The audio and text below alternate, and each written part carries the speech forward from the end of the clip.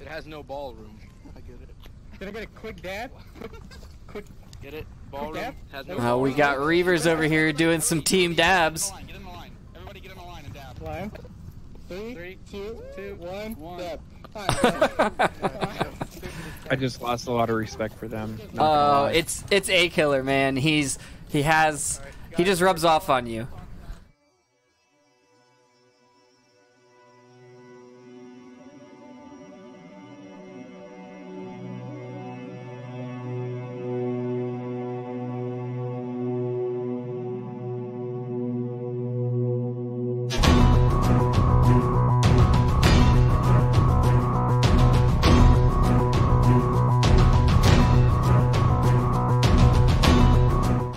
It's your man, Pooh Nanners, your Texas caster and hype master. And the casting Red Panda, whose name is not Amanda. I'm sleepy. Oh, yes, he is, man. We are sleepy. We're working so hard to get this together. Spring break came upon us. We also had the All-Stars that sort of just slipped through our fingers, just waiting for Buxton to come back, which he says he's coming back. More on that later.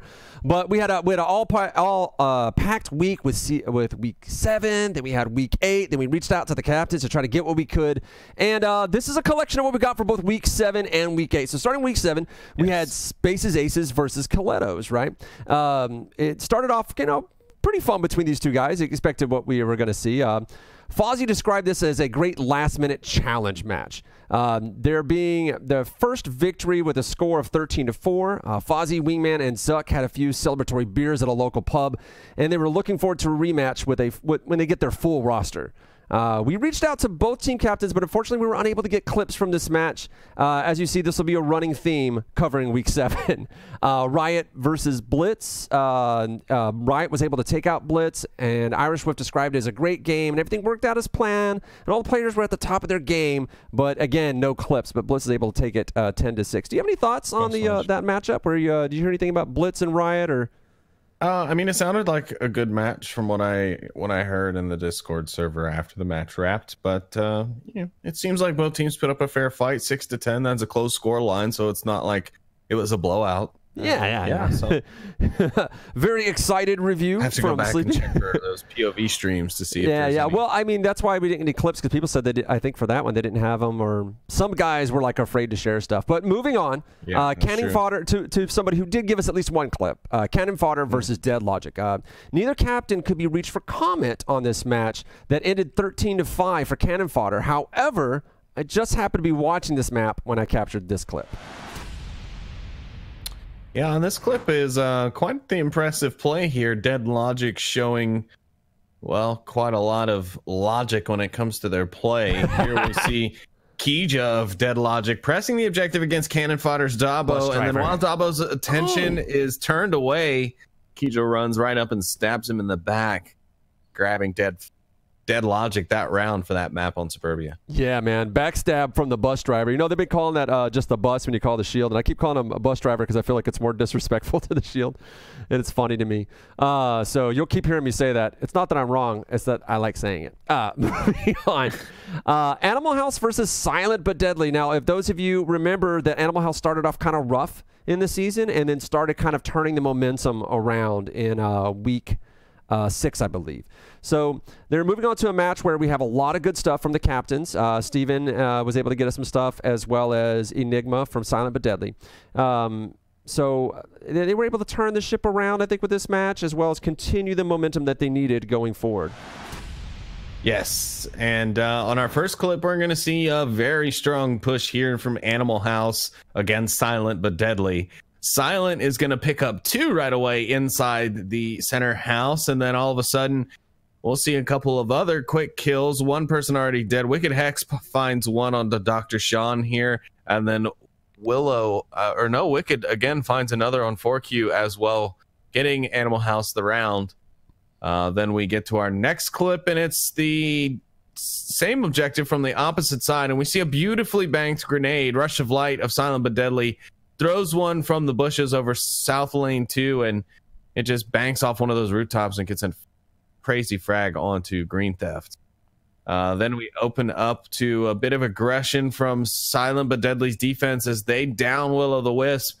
But Steven from Animal House sees that his teammate's down, and he comes in and he finds one. There's 2. And then he comes around and finds the third, reloads Triple his kill. weapon, and a couple of team kills come out from the other side due to some smoke. But Steven able to get the revive onto the original Willow and get the team going.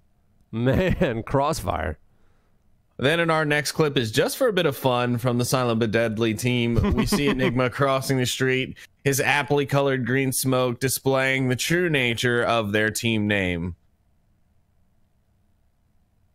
And then in our next one, we're going to see what comes to be a pretty coordinated play coming out from Animal House here to end up closing them the match. It's a 4v5 situation. Animal House with the advantage. Steven finds one in the north. He's going to pop out and find a second. There's a few players from Animal House actually pushing up currently from the south. You can see the camera. And then you've got Green Theft Auto. He's right there, southern side of that wall, and does get the cap. And Animal House take the map 5-1 with that cap. Yeah, it's very well done. They did. Overall, Animal House was able to post up 13-4 against Silent but Deadly. None too shabby. Weird Team took on Rome in a fun match where Rome lost a hilarious 2v1 cap on Cargo with both remaining defensive players within feet of the uplink. So they didn't see that one. It does happen, and every time it happens, it's a giggle. However, after their Cargo loss, they pulled their team together and were able to win the series 11-7. Again, we weren't able to have clips from that. But what we do have is clips from the Fury and Space Force game. The captains were not able to be reached for comment, but I was able to dig up some last-minute clips by just digging through that history.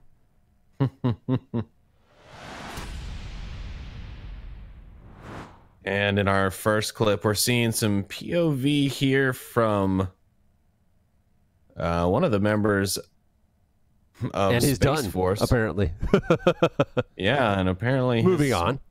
This clip is done. Then for our next one, first round here of Quarantine 2, it looks like, which I believe was Map 2. And this is going to be POV from Space Force again. Yeah, it looks like Crazy Mike going to get a sneaky cap there on that northern objective. Then we're going to see a little funny comedy play here from this next one. War Within on defense on the east objective courtyard. Going to go out for a nade. He throws it out, but he doesn't back off at all and ends up grenading himself. And nobody else. It's a bold move. We'll have to see if it pays off. Attacker walks right in. Yeah, I'm not entirely sure what they were thinking on that one, but, Fury is able to take home the win 12-3. Kind of a one-sided match on that one. But, sometimes the points don't always lay it out, but it did feel a little bit like that. Yeah, I think that one felt like that. Yeah, so we reached out again to the captains with a new worksheet trying to say, give us some more information. We were able to get a little bit of stuff going into Week 8. Kicking off Week 8, we had Space's Aces in a close match against Reavers that Haunted Folly referred to as a close shave. They were pretty evenly matched with Space's Aces, and almost every round came down to the wire. Let's take a look at some of the clips sent in by the team captains of Reavers. All right, in our first clip, we're going to see Haunted kill stealing here for the win there. It is Haunted Folly going to get the kill from up there in that window and steal it away from his teammate underground. Then in our next one, we see a killer from Reavers who's going to go on a rampage. Now, we're not going to have the full clip of the entire thing, but we'll show you a good bit of it. He's going to already have found one in that northern or in that southern ridge line. Now he's going to catch another as they rotate out to the multi-purpose building there in the south. And that's he's going to go on a little trip. Yeah, it's like, so he's got him, as you saw, right? He's got those two guys down. He's pinned in, but he's like, wait, see that little blue peg over there? He heard him. And he's going to find his way around this cliff. This clip is rather long, but it is very interesting to see how many people he's able to take out with little reprisal. Yeah, absolutely. And that's exactly kind of what a good play will do. Got to wait for that right angle. There it is. He's like a tiger ready to pounce. He's going to wait for it. Oh. He hears him, and there's the shots. And he's got another one. That's 3 so far. Here comes number 4 is around the cliff. He's on the ridge line, and yes, A Killer gets his 4th. And I believe he might even pick up a full-on ace here. He picks up some fall damage there as well. Yeah, he almost gets himself killed with that fall damage. I'm not sure if he actually does get the last guy, does he? I think he does. I think our clip runs out of time before we actually find out. And then A Killer is going to give us another one here. He's going to wait it out. Grab 2 here at the end. He's going to prove his name is more of a job description than a gamer tag or name or player name. Here he comes. Patience.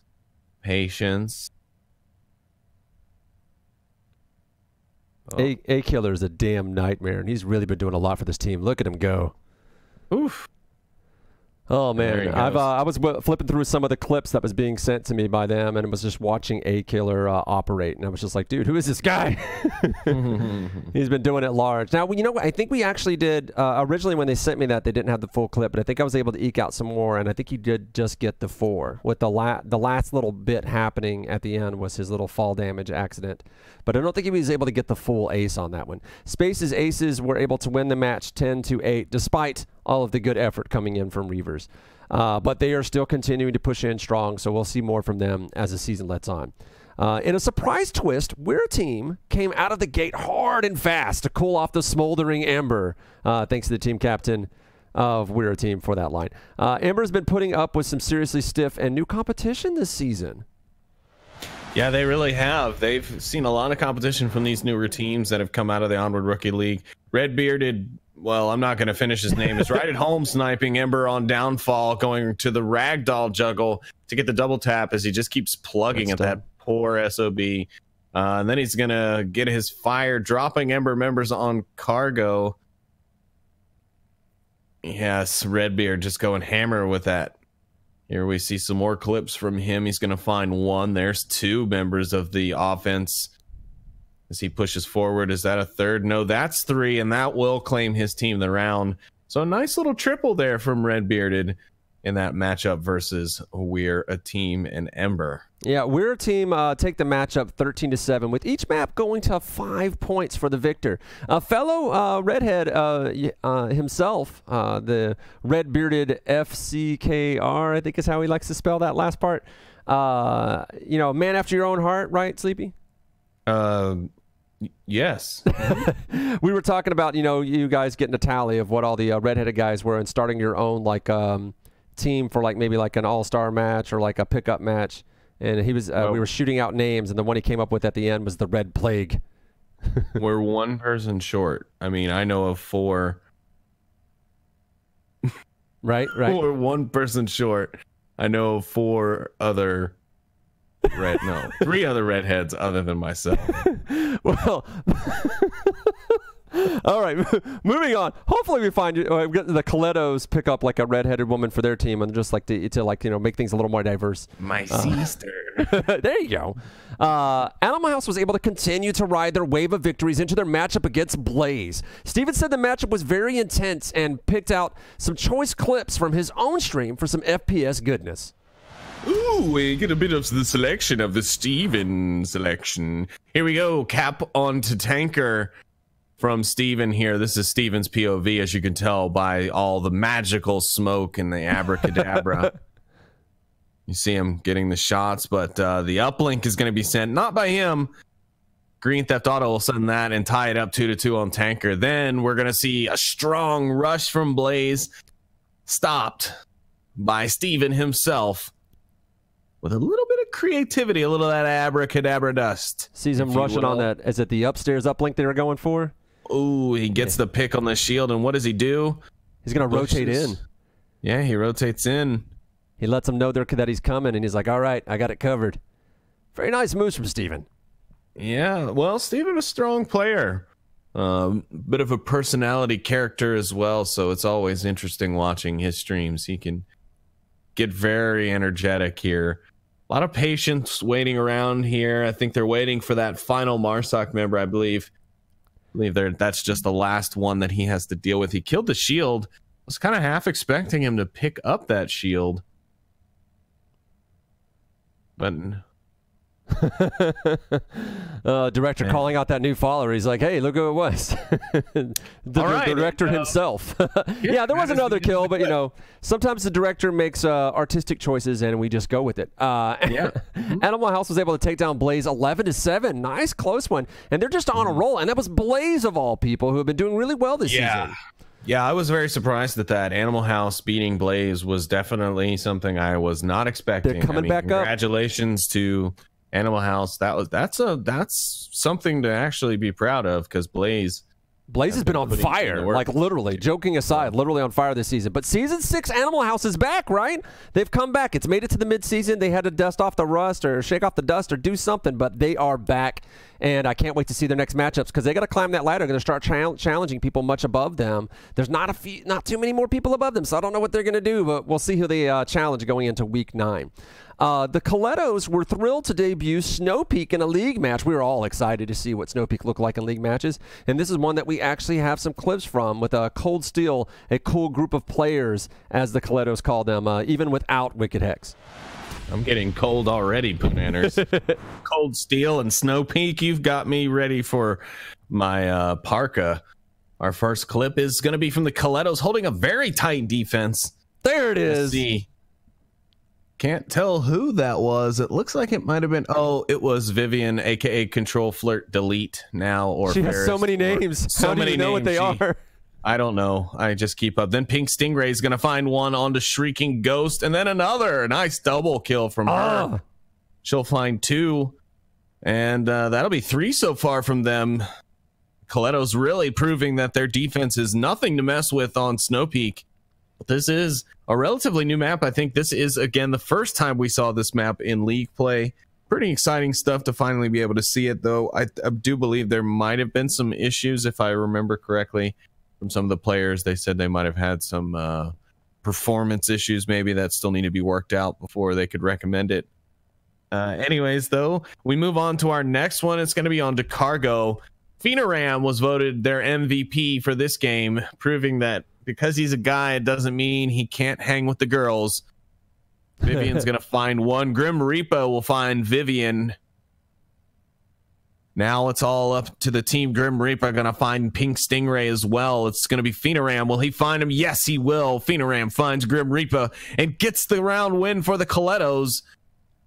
And ultimately, they're going to get 4 points on that game. Yeah, 4 points seems to be about where they've been at now. They're only a handful of matches in for the season, and they're still kind of getting their footing as one of the brand new team. Cold Steel, as you said, took it 12-4. The Colettos had this to say about the match. Cold Steel, we let them off easy this time, fellas, and we'll see you again soon. We also want to thank all the people who have been sending us positive messages and cheering us on. This community is what makes it so fun and a positive experience. Special thanks to the Brolettos for all their help, and our spirits are still high, and we broke in our favorite heels. We're ready for that win. Murder. So I can't wait to see more from the Colettos as this season lets on, and in future seasons as they really start to tighten up their defense. And hopefully they can make that new snow map their own. Like, you know, as new maps come in, players have to adjust to the new spots in those maps and really have to figure them out. So if you figure it out first, that'll be the map that you have the edge on. So we'll see how it works out. I mean, technical issues aside, we'll see how it works out. Oh, I thought you had something to add, but it's all good. We'll catch it later. We're a team overcame the odds to narrowly defeat the Hand of Death. Already shorthanded, red-bearded found himself unavailable inside the hour leading up to this match. We're a team was led by 3 first-season rookies and 1 veteran, and then a huge helping hand from reservist Chemical 420. Gun Rama 987 thrashed the opposition by recording 32 kills in this entire matchup. And what was the second win of the week for We're a Team? Wow, some pretty impressive stats there from him. Our first clip is going to come from Call Me Fitz. He's going to get downed here on the objective. And we'll see him looking around at the enemy team as they make their push into the objective here on the west. And no, I'm sorry, this is going to be from someone else's point of view. and Call Me Fitz is just going to be the one getting all those kills. Yeah, Fitz vision. Next, we'll see what is going to be Weird Team attacking the objective from, I assume, Redbeard's perspective. Yeah, this is shield and gun combo here. Yeah, shield and gun combo, pretty common now. A little less common now that the night vision was nerfed, quote unquote. I wouldn't really say it's nerfed necessarily, but it's been changed a bit. Bus driver, though, he's going for it, taking suppression, and they win anyway. He does go down, but they do end up getting the round win, so important. And then the final round of the match, the plan goes out the door, and where a team holds on tight, they're going to secure eventually. Yeah, this is going to be a long one that they were able to drop us, get us via the drop box. It's going to take them a lot of what's the word I'm looking for? Agility from the team, because they had a plan for attack, they had a plan for defense, they knew how they were going to set up, and all of it just went to hell as they started taking fire and realized that the other team knew what was up. The jig was up, and they're like, all right, can we recover? Can we adapt? And I think they were able to show off quite well that they were able to adapt as they pick up some kills here. Well, and any good team is able to adapt. That is kind of the determining factor of a team to me, is adaptability, with both on offense and defense. But defensive adaptability tends to be very important as well. But as we can see, Weird Team hold on in that 1 minute push. Yeah, from Fury or not Fury, but Hand of Death, and do take the round, the map, and the match. Yes, they take it 11-9, so very, very tight. We're a team just stepping it up week over week. I love seeing this brand new team of essentially veterans. They were reservists from other teams that came together and formed their own team, which is something you can do, and it's working out really well for them. And we have one more clip that was last minute shoved in. So we got the Legionnaires that were able to DM a clip out to Sleepy, so Sleepy was able to sneak it in there. So let's take a look at this match. Correction, it was the man from G-Men who provided me this clip. And this is not the clip we were talking about, and our director has been fired. Maybe next time. We'll get it at the you know what we'll do is we'll link it out at the end of the show. There we go. Yeah. Speaking of things that we're going to link out at the end of the show, we have this new video that came in from Nintendo about the to hype up the Button Cup, the second run of the Button Cup that's coming up. Yes. And so we're going to link that as well at the end of the show. Definitely worth checking out for you guys at from what I already saw it immediately, and I was like, Nintendo, why aren't you helping us? He does such good work, man. I guess this guy understands camera play. I even saw like a rotoscope part of it. Like, I mean, he wasn't messing around at all. So very good work from him. That's the end of week 7 and 8. Plus, the good news is that Buxton is coming back to write the show, so it's going to be a little less haphazard, as you saw today. We have some tools in development to make it easier for teams to share their clips and their thoughts on matches as well. VR League Season 3 is coming up. Is it this weekend for Onward? Yes, I believe the first cup starts this weekend. Yeah, that's right. On Sunday, I believe, is the Onward play day. I think so, because I know that Echo Combat is going to be playing on Saturday, and Echo Arena is going to be playing on Sunday, and I know that Junkies is not out yet, so you guys are also playing on Sunday. It'll be a few, yeah, exactly. You can find out more at vrespawn.com. Also, if you hit us up on Twitter, or you find at VR Challengers, what VR League is on Twitter, you can find more information there as well. Button Cup Round 2 is back again, as we said. Sleepy, do you have more information on that? I know the matches have been generated. Yeah, match is generated this Monday for round 2 of the Button Cup. Teams will have the next 2 weeks to battle it out. So as we cover season 7, week 9, and week 10 in the next coming weeks, you'll start to see some Button Cup matchups sprinkled in there. We will have a link to that Nintendo and Noman created Button Cup video for round 2, as we mentioned before. So please go check that out. Amazing stuff there. But yeah, and of course, as you mentioned, Buxton's coming back next week. Super thankful for that. And hopefully your internet will be back up to snuff by then as well. Yeah, because I'm sure I'm going to see a lot of wonderfully memed clips of my frozen face in the Discord tomorrow. Oh, all right. Well, that is it for us. Thanks to all our players and viewers for supporting the show. Show us some love in the comments and get that conversation going, as it helps the show rank up and get more exposure to people that don't know about the league. That's absolutely right, Poonanners, and keep those clips coming, folks. Even if your match does not get casted by our team of casters, You can always send us your first person point of views. It doesn't have to be streamed. You can even just shoot us a recording for all we care. Just get it over to us any way you can, and we'll definitely try and use it. I got some Dropbox stuff, and I was able to include it in the show. It is no problem. So whatever way you want to get it to us, we will take it. Anything we can get. Again, I am Poonanners, joined by VRML Mod, Caster, and former Dangler Sleepy. Yes, that's right. And this show was brought to you by VRespawn.com, your only source for VR esports news. Be sure to subscribe to the channel. Follow us on Twitter to stay up to date for all new video launches, as well as any other VR esports entertainment news. Yes, this episode was written by all the team captains, Sleepy and myself, why Buxton is on leave, but he's coming back, and we're very relieved because it is an incredibly hard job. Triple Nipple, as always, is our outstanding director. Send us home, Sleepy.